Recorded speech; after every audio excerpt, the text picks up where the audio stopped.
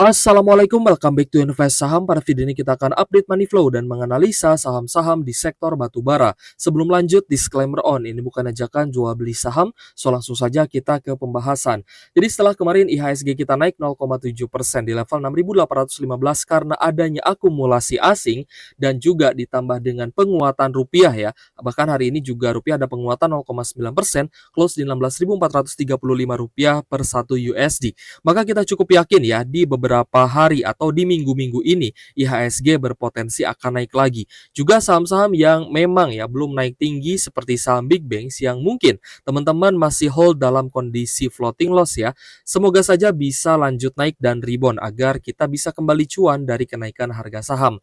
Yang mana kenaikan harga saham biasanya lebih tinggi ya profitnya dibandingkan hanya sekedar dividen yield saja. Tapi kita akan bahas guys ya bagaimana kondisi saham-saham sektor batubara yang katanya laba bersihnya mengalami penurunan. Ya rata-rata saham batubara ternyata labanya turun.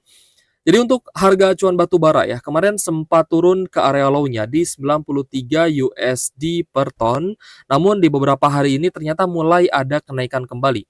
Dan kemarin naik 0,5% dan close di 98 USD per tonnya. Nah, jadi untuk harga acuan batubara memang kita lihat mulai naik ya dari zona terendahnya. Namun ini sebenarnya masih berada di area low-nya untuk harga acuan batubara. Jika sudah tembus di atas 100 USD per ton, maka itu akan menjadi sentimen yang sangat-sangat positif.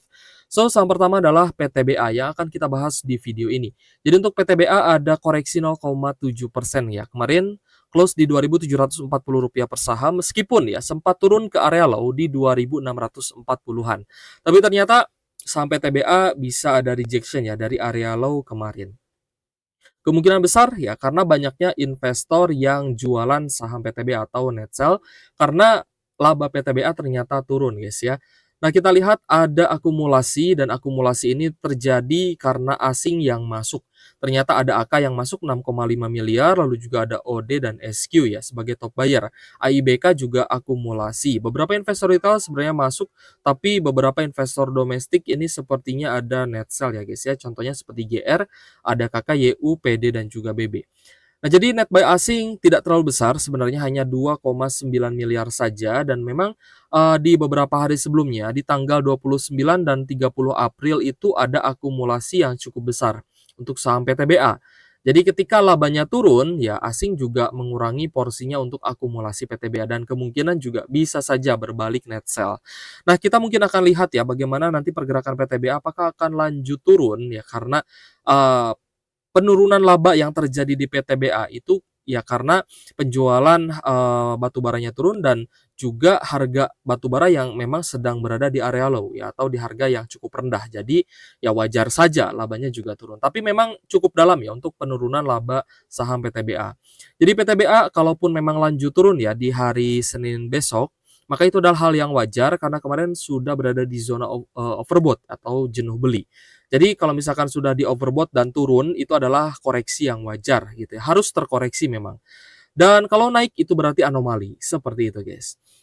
Nah, kita dapat update-annya dari Stockbit ya. Memang belum tertera ya atau belum tercatat ya guys ya, belum diupdate untuk di Qstat-nya, tapi sudah diupdate di ini ya di stream ya oleh admin Stockbit-nya. Nah, jadi kita perhatikan ya, ternyata laba bersih PTBA secara kuartalan itu bahkan anjlok 79%. Tapi untuk year on year-nya turun 51% ya, menjadi sebesar 391 miliar. Nah, di sini kita dapatkan informasinya dari admin Stockbit ya. Laba bersih pada kuartal 1 2025 ini ternyata ini minus ya, 51% year on year dan 79% kuartal on kuartal. Yang artinya ya laba PTBA turun, harga sahamnya berpotensi lanjut turun lagi dan juga secara dividen ya untuk tahun depan. Karena kan tahun ini ya dividen final untuk tahun ini diambil dari full year 2024 kemarin. Ya, jadi diambil dari EPS full year 2024 ya. Kita rubah ke EPS. Nah, di sini ya diambil dari yang Rp443 per saham ini. Ini untuk dividen tahun ini. Nah, untuk dividen tahun depan, ya maka akan diambil dari full year 2025 yang kemungkinan ya kalau misalkan labanya terus turun, maka potensi dividennya akan jauh lebih rendah dibandingkan dengan dividen tahun ini. Seperti itu, guys. Jadi, inilah yang harus kita waspadai ya. Lebih baik kita beli ya sedikit lebih tinggi dari area low dibandingkan kita nyangkut di harga tinggi. Kalau misal teman-teman belum paham, contohnya seperti inilah. Saya kasih gambaran ya. Misalkan PTBA-nya anjlok terus ya, misalkan ya. PTBA anjlok terus karena labanya turun ya dan terjadi net sell besar-besaran karena sell in Mei juga. Ini kita kasih analogi ke teman-teman. Lalu tiba-tiba muncul area low, area yang cukup dalam ya, area lower low. Tapi harga acuan batu bara ya let's say harganya ini naik. Misalkan ke 110 atau 120 USD per ton. Nah, lalu saham batu bara termasuk PTBA harga sahamnya rebound ya. Misalkan seperti ini turun ya lalu dia tiba-tiba ada rebound lagi ya, tiba-tiba ada kenaikan kembali. Nah, jadi kalau misalkan seperti ini lebih baik ya kita kehilangan area lower low-nya untuk akumulasi dibandingkan kita nyangkut di harga tinggi gitu ya. Jadi nanti kita belinya misalkan bisa di sini nih, di 2.400-an ya untuk PTBA.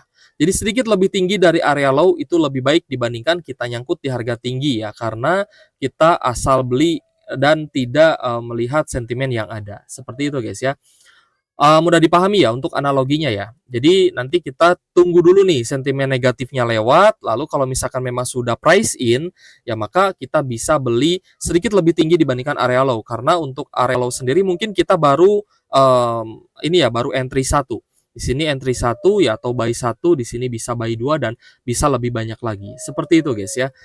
Jadi lebih aman nantinya untuk kita buy and hold saham yang rutin bagi dividen. Meskipun memang potensi dividennya akan lebih rendah ya untuk tahun-tahun berikutnya jika ternyata laba pada kuartal 2 itu tidak meningkat. Karena banyak nih yang menganalogikan, oh saham-saham batubara ini sudah price in. Belum tentu guys ya, belum tentu. Nanti kita lihat di esok hari dan selanjutnya apakah asingnya net sell atau tidak. Kalau asingnya malah berbalik net sell, kemungkinan besar harga saham PTBA bisa kembali anjlok seperti itu. Kita lanjut bahas BSSR ya. Untuk BSSR ternyata juga labanya turun ya. Nanti kita lihat bareng-bareng. Untuk BSSR ada kenaikan tipis 0,4% ya setelah kembali retest di area low-nya di 4 ribuan. Ya, jadi kemarin close di 4.140 ya karena ada sedikit kenaikan. Tapi kita lihat investor asing ya setelah di tanggal 30 Aprilnya itu koreksi ya 4% karena juga ada net sell ya. Tapi di hari Jumat kemarin ternyata BSSR net sell-nya tidak terlalu besar, hanya 42 juta saja dari asing.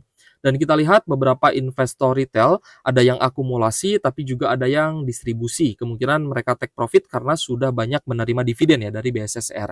Nah, BSSR ini kan saham dividen investing. Lalu pertanyaannya, kalau muatan saya masih banyak nih, contohnya di sini ada beberapa investor retail ya, ada CCPD ya, lalu juga ada XC yang masih hold.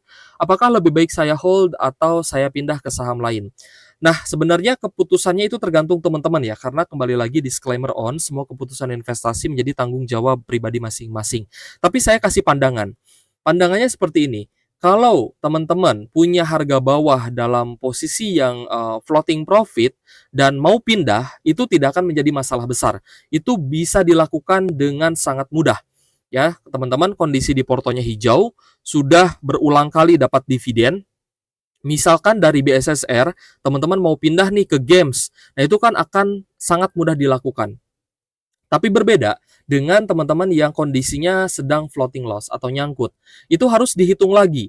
Apakah penerimaan dividen selama ini sudah bisa mengcover kerugian kalau misalkan kita cut loss di BSSR dan pindah ke saham batubara yang lebih baik, yang lebih bagus ya dari sisi kinerja profitnya. Nah, itu harus dihitung dulu. Kalau misalkan dividennya sudah bisa mengcover, misal teman-teman dapat 100 juta, tapi cut loss hanya 30 juta aja. Nah, itu berarti kan sudah mengcover dan bahkan masih profit 70 juta. Itu bisa saja dilakukan. Tapi kalau misal kondisi floating loss, tapi memang dividennya belum bisa mengcover, kalau teman-teman memutuskan mau pindah saham, lebih baik di hold saja.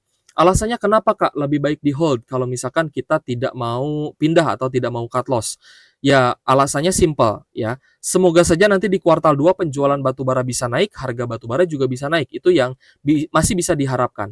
Dan dividen tahun ini masih harus diambil karena mungkin kondisinya masih floating loss seperti itu. Jadi untuk teman-teman yang mungkin masih hold ya dalam kondisi yang nyangkut atau floating loss, silahkan lanjut hold dan ambil dividennya. Tapi kalau misal dalam kondisi floating profit, ya kalau mau pindah ya silahkan saja karena itu akan sangat mudah dilakukan. Simple guys ya. Jadi keputusan investasi itu kita yang tentukan. Di sini kita kasih pandangan saja untuk teman-teman bagaimana caranya kita decision making ya. Kita lihat dulu nih porto kita, apakah porto kita kondisinya memang sudah cuan besar ya dari dividen dan masih cuan juga dari capital gain, ya tidak ada masalah kalau mau pindah saham. Itu yang dilakukan ya oleh beberapa investor retail, contohnya ada XL, SQ ya, lalu juga ada YP. Kita lihat juga di sini LG juga bisa ya. LG juga bisa digunakan oleh investor retail seperti itu. Oke guys, jadi BSSR ya ternyata labanya itu turun cukup dalam ya, 50% lebih secara year on year ya tentunya, dari 660 miliar menjadi 320 miliar. Tapi memang secara kuartalan juga turun ya, ada sedikit penurunan dari 321 miliar menjadi 320 miliar. Tapi memang penurunan laba BSSR sudah terlihat dari kuartal 4 yang lalu ya, dari 488 miliar turun kuartalan menjadi 321 miliar. Jadi secara kuartalan juga sebenarnya sudah berangsur-angsur turun nih laba BSSR-nya. Dan ini sebenarnya harus bisa dilihat ya dari kuartal 4 kemarin. Mungkin teman-teman masih hold karena ingin melihat di kuartal 1 ini, tapi next kita akan lihat kuartal 2-nya nanti apakah ada penurunan kembali atau tidak. Kalau misalkan kuartal 2-nya turun, itu teman-teman harus bongkar laporan keuangan. Ada apa nih? Apakah volume penjualannya yang turun atau memang karena harga batu baranya yang sedang murah gitu ya. Itu harus teman-teman pantau. Next kita bahas UNTR. Mungkin yang bisa kita lihat ya cukup resilient labanya adalah UNTR ya. Meskipun memang juga mengalami penurunan. Dan UNTR masih cukup sideways ya. Kemarin ada kenaikan tipis 0,3% di level 22.775. Dan kita lihat investor retail masih banyak masuk ya. Ada XL, XC, YP, PDNI, SQ dan lainnya. Sedangkan investor asing melakukan akumulasi, distribusi. Investor asing melakukan distribusi 21,4 miliar ya net sell asingnya. Jadi asingnya net sell memanfaatkan akumulasi dari retail seperti itu. Coba kita intip ya untuk UNTR sendiri ternyata labanya turun dari 4,5 triliun ya pada kuartal 1 di tahun sebelumnya.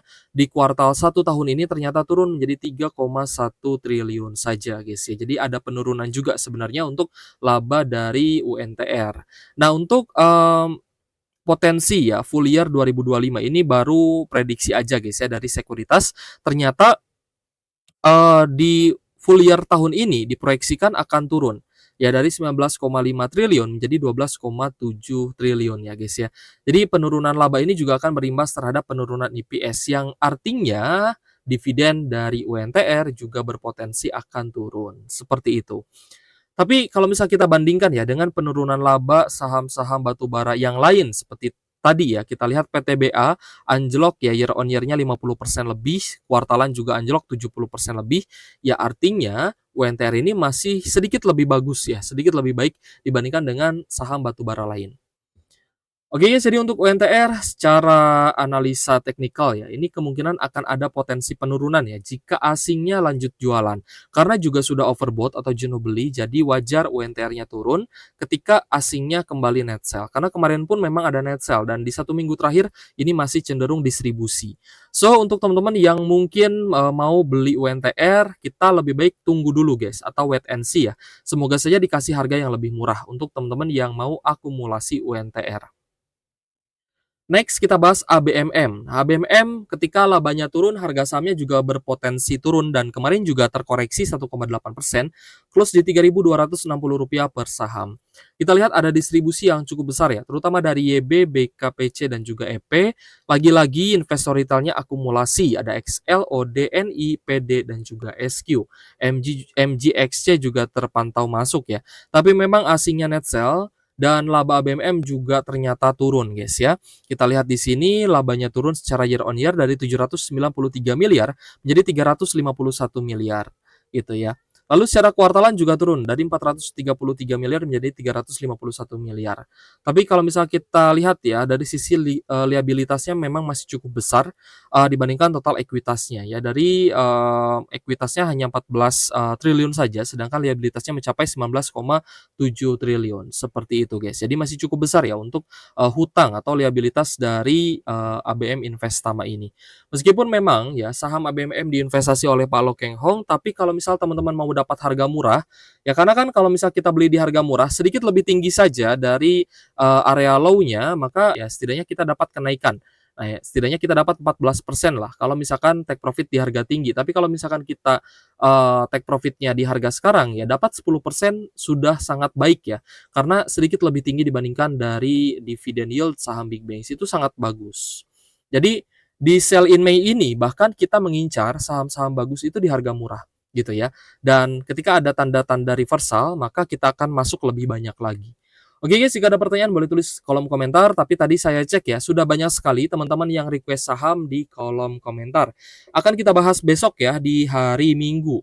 Ya, di hari ini, Sabtu, kita bahasnya terkait dengan saham batubara. Dan ini bisa teman-teman terapkan ya, di saham lainnya juga. Kalau teman-teman yakin sahamnya akan rebound atau memang sudah ada tanda-tanda reversal, teman-teman boleh spekulatif buy. Tapi tetap guys ya, belilah saham bagus di harga murah, bukan beli saham bagus di harga pucuk. Sedikit telat lebih baik. Ya, sedikit lebih tinggi dibandingkan area lower low itu lebih baik dibandingkan kita beli di harga tinggi lalu nyangkut ya guys ya. Karena ya nyangkut berarti kita harus averaging down dan itu menjadi PR yang juga harus diselesaikan dengan uang ya untuk melakukan averaging down-nya. Seperti itu. Oke guys, terima kasih sudah menonton dan semoga bermanfaat ya untuk teman-teman. Sekali lagi, thank you for watching. See you on the next video. Wassalamualaikum warahmatullahi wabarakatuh.